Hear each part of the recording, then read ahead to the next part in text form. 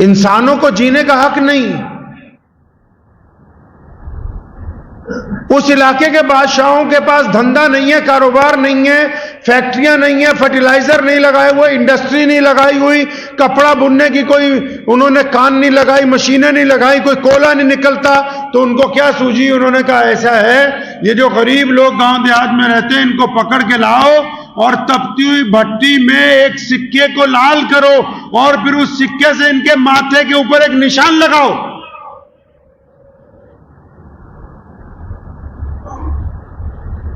और फिर इनकी दोनों गालों पर वो मोहर लगाओ तपते हुई लोहे की, जिससे चमड़ी जल जाए, और फिर इनको मंडी में ले जाके ये कह के बेचो कि हम गुलाम बेचने के लिए आए।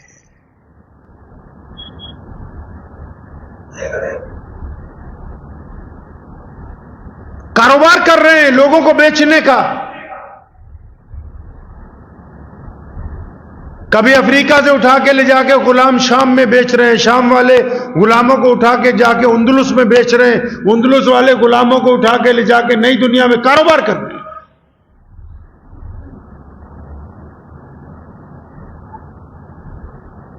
लोग सिसक रहे हैं। क्या हालत होगी आप अंदाजा लगाइए कि अचानक किसी गांव में रात को लोग सो रहे हों और वहां फौज आ जाए, बादशाह के सिपाही आके कहें कि चलो तुम्हें गिरफ्तार कर लिया। फिर मिसाल के तौर पे घर में एक बाप है, बेटी है, मां है, बहनें हैं, उन पांचों को गुलाम बना के जब मंडी में बेचा, मां को कोई ले गया, बाप को कोई ले गया, बेटों को कोई ले गया। ये हालत है उस वक्त दुनिया की, आज से 1450 साल पहले।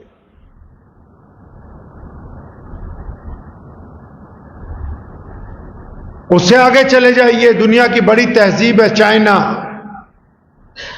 उन्होंने दीवार बनाई है अपने मुल्क के चारों तरफ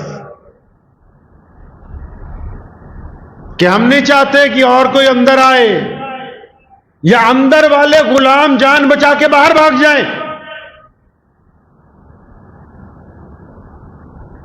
बादशाह के बच्चों को कोई जब खेल नहीं सूझता है तो फौज को कहते हैं कि चंद गुलाम लाओ, तो गुलामों की गर्दनें उतारी जाती हैं। उनके तड़पते हुए जिस्म को देख के बादशाह के बच्चे हंसते हैं, कूदते हैं, खुश होते हैं। बस इसी काम के लिए लोगों की गर्दनें उतारी जा रही हैं।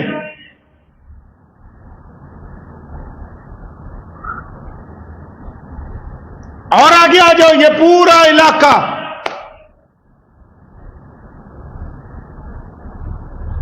जहां हम रह रहे हैं कुआं है, पानी है, लेकिन एक कुएं से दो रंग और नस्लों के लोग पानी पी नहीं सकते।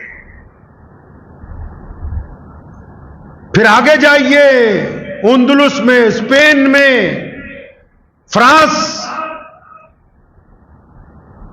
इटली, अमेरिका,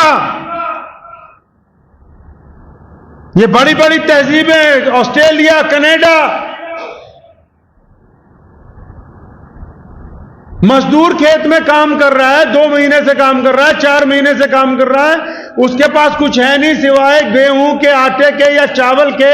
उसके बच्चे बीमार हैं, भूख से बिलबिला रहे हैं, और फिर वो चाहता है कि मुझे कुछ थोड़े से मसाले मिल जाए, थोड़ा सा घी मिल जाए, थोड़ा सा जानवरों का दूध मिल जाए। तो जिम्मेदार जो मालिक है वो कहता है नहीं, मैं तुम्हें दूंगा नहीं, क्योंकि तुम्हें मैं खरीद के लाया हूं। तुम कौन होते हो मुझसे अच्छा खाना मांगने वाले?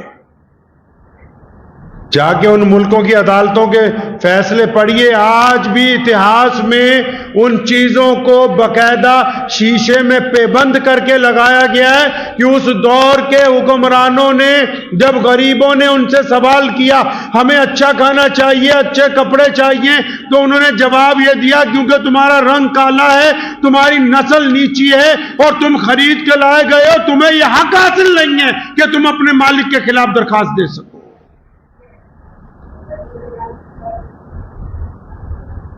आज इस्लाम से तकलीफ है ना पूरी दुनिया को।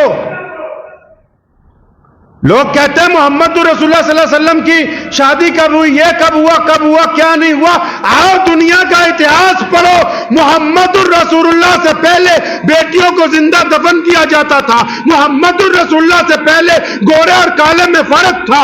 मोहम्मद रसूलुल्लाह से पहले इंसानों को गुलाम बनाया जाता था। मोहम्मद रसूलुल्लाह से पहले बच्चों को कत्ल किया जाता रसूलुल्लाह से पहले औरतों की इज्जत लूटी जाती थी, ये मोहम्मद रसूलुल्लाह आए हैं कि आज दुनिया इज्जत से सर उठा के जी रही है।